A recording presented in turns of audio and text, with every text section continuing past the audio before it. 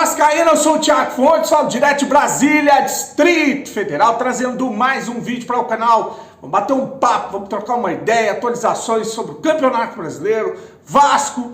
Antes eu pedir uma moral, deixa o joinha, deixa o like, se inscreve no canal que é importante para ele ser indicado no YouTube. Aí você vê aí notificação, sininho, comenta, essas coisas ajudam aí o canal a ser mais engajado. Valeu pelas mensagens, a galera que manda muita mensagem aqui lá no Instagram, @Vascaíno Cerrado. Valeu aí pela força que vocês sempre dão para o canal, beleza?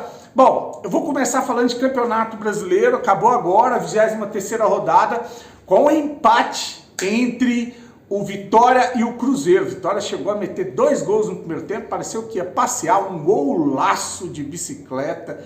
Que golaço! Alessandro, acho que é Alexandro, sei lá. O atacante do Vitória pegou na veia, botou na gaveta, o Cássio ficou só olhando.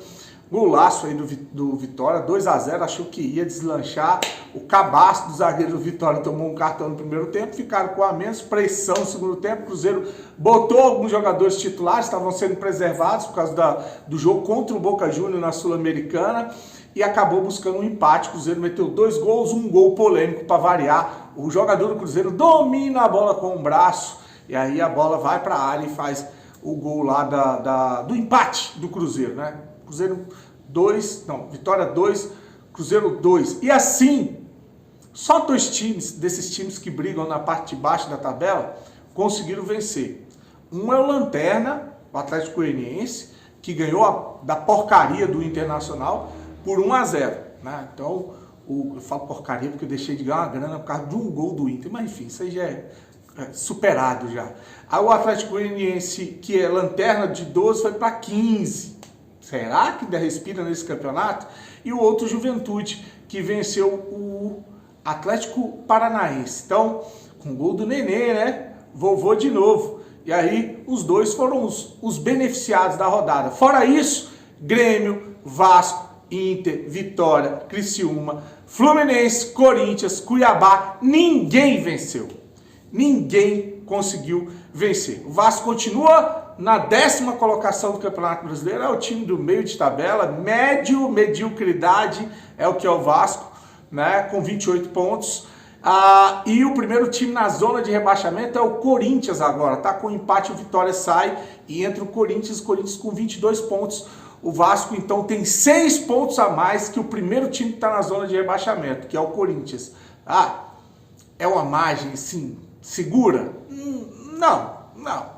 6 pontos são 2 rodadas. Só que tem vários times ali abaixo do Vasco, né? Então, além desse time que está lá na zona ganhar, o Vasco tem que perder, ainda tem uma pancada de time que tem que perder ou tem que vencer também para o Vasco entrar na zona.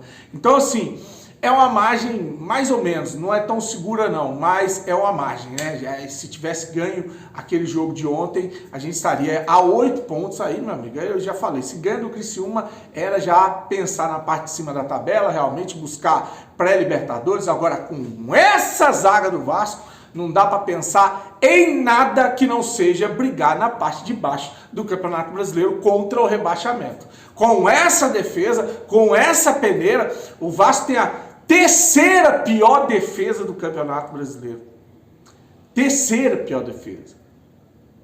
Não é possível que esse Rafael Paiva vai colocar o Léo Pelé de novo. Não é possível que o Pedrinho não vai conseguir contratar um zagueiro. Véio. Não é possível. Complicado, né? Então tá aí o Vasco com 28 pontos. O campeonato, como eu falei, é o nosso campeonato, é para brigar para não cair. Os emocionados, se quiser achar que é Libertadores, Copa do Brasil, aí é problema seu. Enquanto tiver essa defesa lixo, o nosso campeonato é a briga contra a queda. O Vasco tem 22 jogos, embora essa rodada tenha sido a rodada 33, tem um jogo a menos contra o Cuiabá. 22 pontos, jogos, 28 pontos. 28 pontos.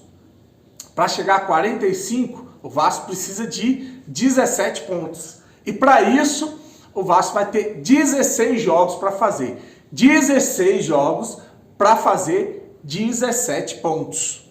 Não é possível que a gente não vai conseguir somar esses 17 pontos, tá? Então a situação do Vasco no Campeonato Brasileiro, o Vasco só volta a campo contra o Atlético Goianiense, que perdeu seu goleiro machucado. no domingo, acho que é no domingo, ou é sábado, não, segunda-feira.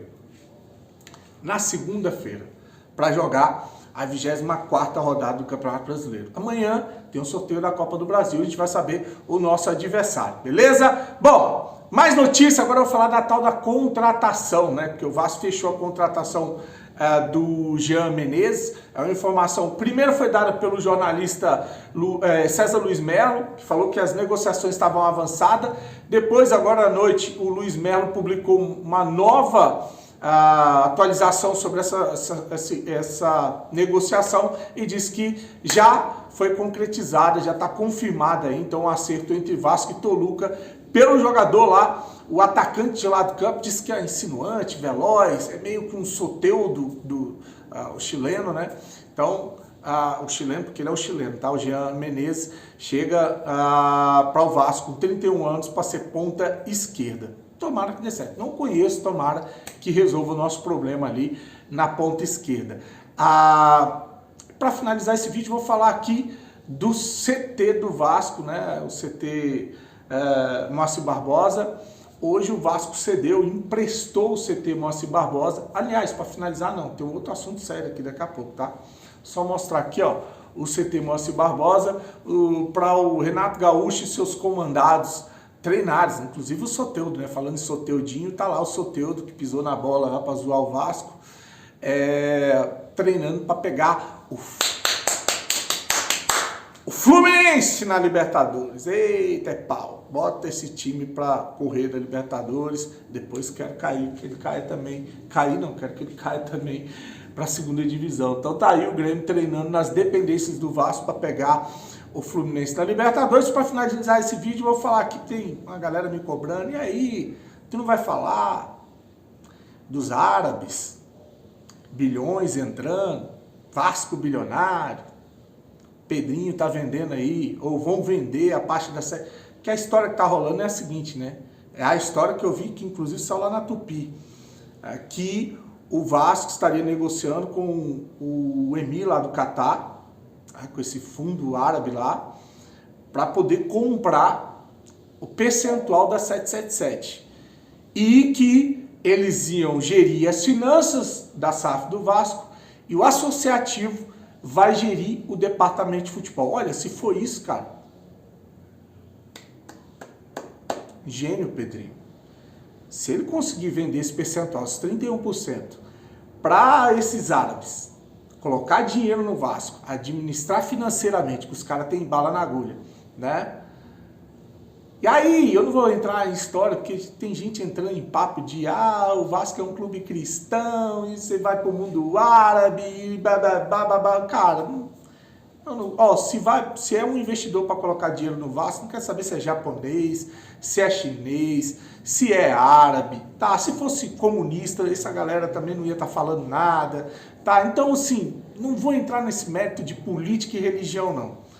Porque o Vasco é católico. Se é um investidor para comprar parte da SAF, mas não comprar o controle, se não é para se prostituir e vender o futebol do Vasco, porque o Pedrinho seria muito cabaço de cometer o mesmo erro que eles cometeram.